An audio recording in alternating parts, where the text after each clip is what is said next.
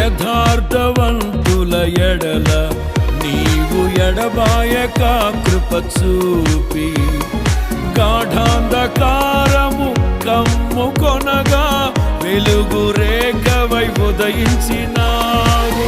నన్ను నీవు విడిపించినావు, ఇష్టుడనైనే నడచినందున దీర్ఘాయువుతో తృప్తిపరచిన సజీవుడవు